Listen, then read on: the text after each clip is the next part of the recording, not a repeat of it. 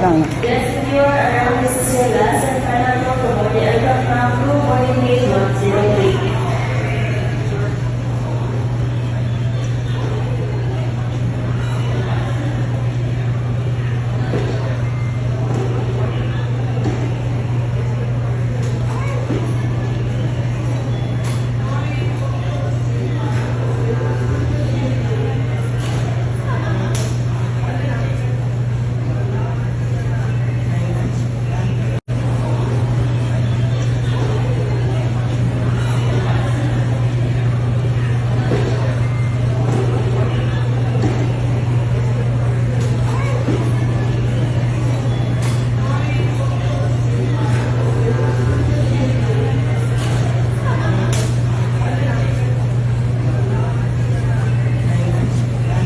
Isang biglaan at sorpresang paglipad patungong Hong Kong ang ginawa ni Katrina Halili at Chris Lawrence para sa isang mabilis na date at bakasyon upang takasan ang kanilang mga abalang schedule.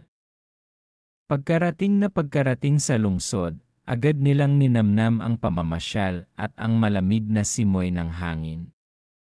Ngunit ang simpleng bakasyon ay mas naging makabuluhan nang makilala sila ng mga Pilipinong tagahanga at off-post na naroroon sa mga sikat na pasyalan.